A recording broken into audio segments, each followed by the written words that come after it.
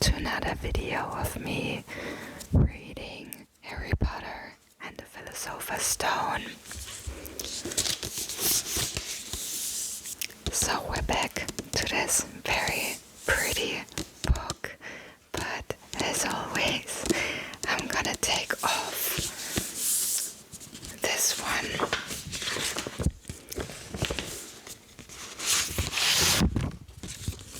It's just easier to hold the book when reading when this is off.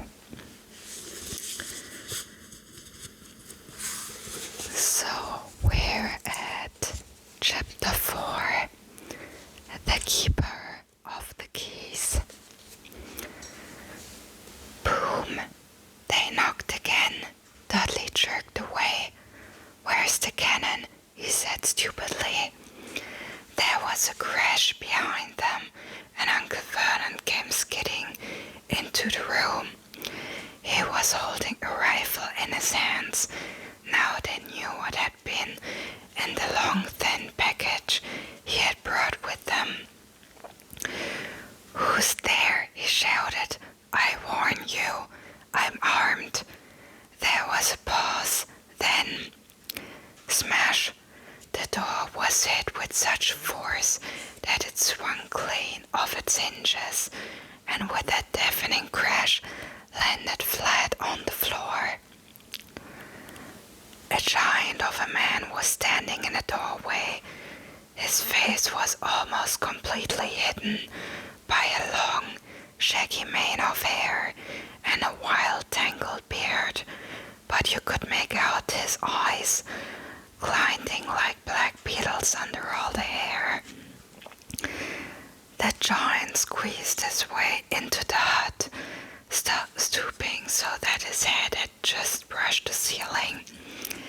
He bent down, picked up the door, and fitted it easily back into its frame. The noise of the storm outside dropped a little. He turned to look at them. "Could make us a cup of tea, could ya? It's not been an easy journey." He strode over to the sofa where Dudley sat frozen with fear. "Perch up, you great lump," said the stranger.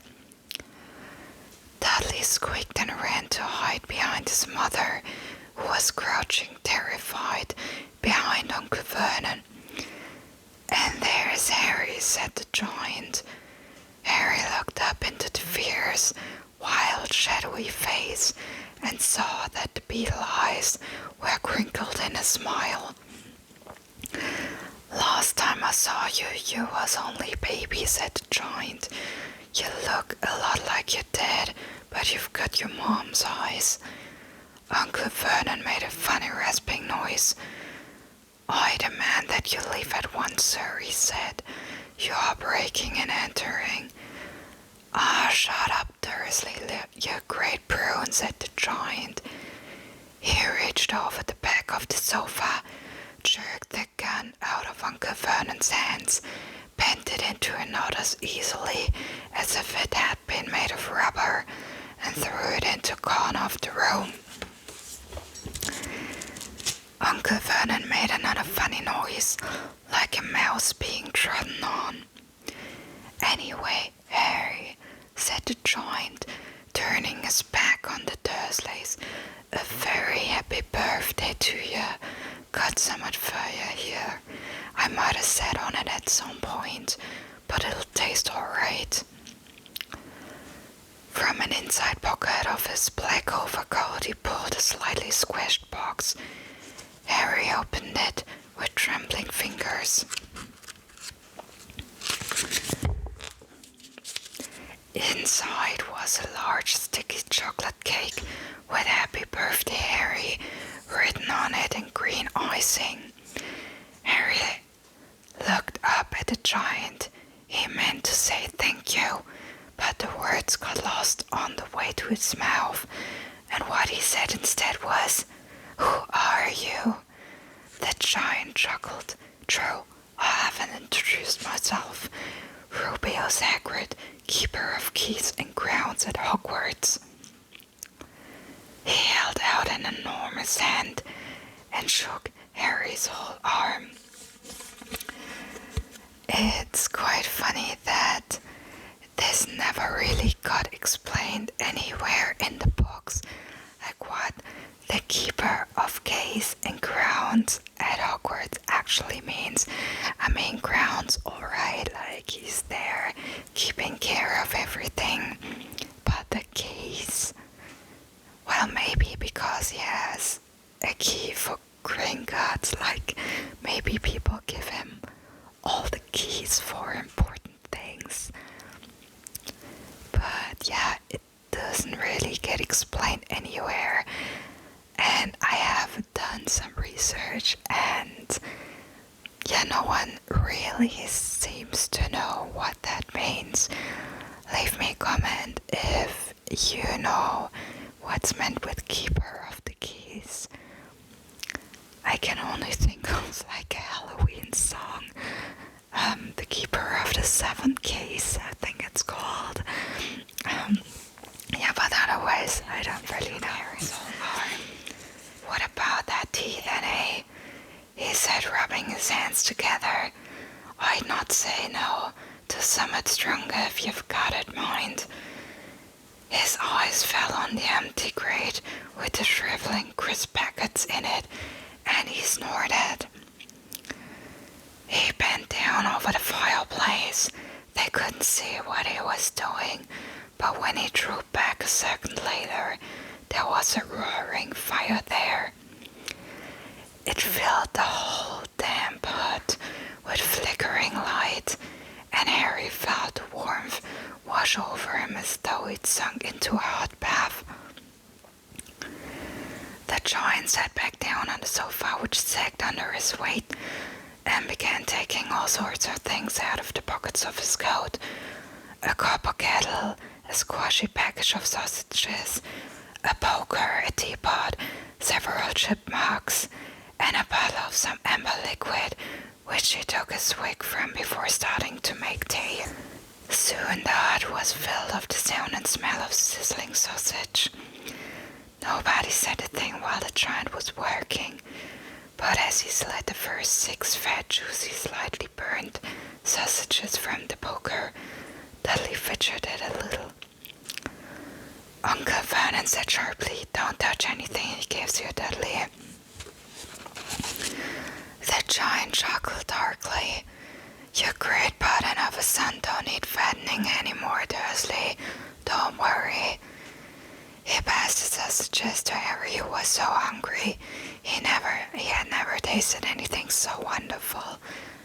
But he still couldn't take his eyes off the giant. Finally, as nobody seemed about to explain anything, he said, "I'm sorry, but I still don't really know who you are." The giant took a cup of tea and whipped his mouth with the back of his hand. "Call me Hagrid," he said, "everyone does. And like I told you, I'm keeper of keys at Hogwarts. You'll know all about Hogwarts, of course." No," said Harry. Hagrid looked shocked. "Sorry," said Harry quickly. "Sorry," barked Hagrid, turning to stare at the Dursleys, who shrank back into the shadows. "It's them that should be sorry. I knew you weren't getting your letters, but I never thought you wouldn't even know about Hogwarts, for crying out loud. Did you never wonder where your parents learned it all?" "All what?" asked Harry. "All what?" Hagrid thundered. "Now wait just 1 second." He had leapt to his feet. His anger, he seemed to fill the whole hut. The Dursleys were cowering against the wall. "Do you mean to tell me," he growled at the Dursleys, "that this boy knows nothing about anything?" Harry thought this was going a bit far. He had been to school after all, and his marks weren't bad. "I know some things," he said. "I can, do maths and stuff." But Hagrid Hagrid simply waved his hand and said, "About our world, I mean. Your world. My world. Your parents' world." "What world?" Hagrid looked as if he was about to explode. "Dursley," he boomed. Uncle Vernon, who had gone very pale, whispered something that sounded like "Mimble Wimble." Hagrid stared wildly at Harry. "But you must know about your mom and dad," he said. "I mean, they're famous. You're famous." "What? My mom and dad weren't famous, were they?" You don't know. Hagrid ran his fingers through his hair, fixing Harry with a bewildered stare. "You don't know what you are," he said finally. Uncle Vernon suddenly found his voice. "Stop," he commanded. "Stop right there, sir. I forbid you tell the boy anything." A braver man than Vernon Dursley would have quailed under the furious look Hagrid now gave him. When Hagrid spoke, his every syllable trembled with rage. "You never told him what was in the letter Dumbledore left for him. I was there. I saw Dumbledore leave it, Dursley. And you've kept it from him all these years." "Kept what from me?" said Harry eagerly. "Stop, I forbid you," yelled Uncle Vernon in panic. Aunt Petunia gave a gasp of horror. "Ah, go boil your heads, both of you," said Hagrid. "Harry, you're a wizard." There was silence inside the hut. Only the sea and the whistling wind could be heard. "I'm a what?" gasped Harry. "A wizard, of course," said Hagrid, sitting back down on the sofa, which groaned and sank even lower. "And a thumping good one, I'd say. Once you've been trained a bit, with a mom and dad like yours, what else would you be? And I reckon it's about time you read your letter."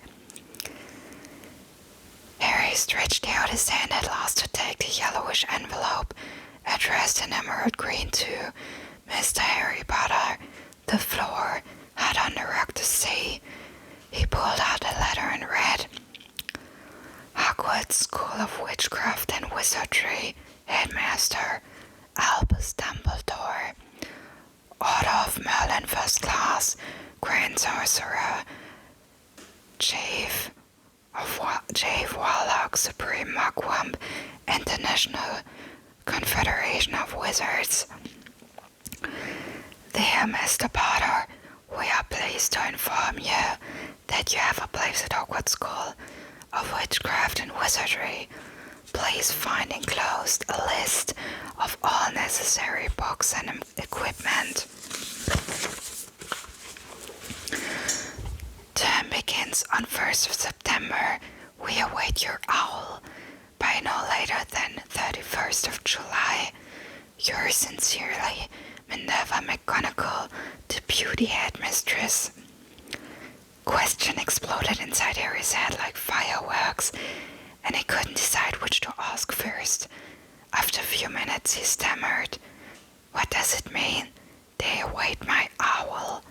"Galloping Gorgons, that reminds me," said Hagrid, clapping a hand to his forehead with enough force to knock over a cart horse, and from yet another pocket inside his overcoat he pulled an owl, a real, live, rather ruffled-looking owl, a long kill on a roll of parchment. With his tongue between his teeth, he scribbled a note which Harry could read upside down. "Dear Mr. Dumbledore, giving Harry his letter, taking him to buy his things tomorrow. Weather's horrible, hope you're well, Hagrid." Hagrid rolled up the note, gave it to the owl, which clamped in its beak, went to the door, and threw the owl out in the storm. Then he came back and sat down as though this was as normal as talking on the telephone. Harry realized his mouth was open and closed it quickly. "Where was I?" said Hagrid, but at that moment Uncle Vernon, still ashen-faced, but looking very angry, moved into the he said. Hagrid grunted. "I'd like to see a great muggle like you stopping me," he said. "A what?" said Harry, interested. "A muggle," said Hagrid. "It's what we call non-magic folk like them. And it's your bad luck you grew up in a family of the biggest muggles I ever laid eyes on.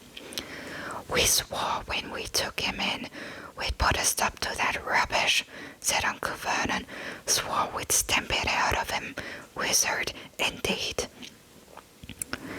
"You knew," said Harry, "you knew I'm a wizard."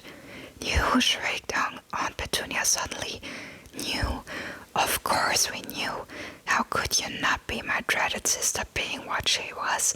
Oh, she got a letter just like that and disappeared off to that school and came home every holiday with her pockets full of frog spawn, turning teacups into rats. I was the only one who saw her for what she was, a freak. But for my mother and father, oh no, it was Lily this and Lily that. They were proud of having a witch in the family." She stopped to draw a deep breath and then went ranting on. It seemed she had been wanting to say all this for years.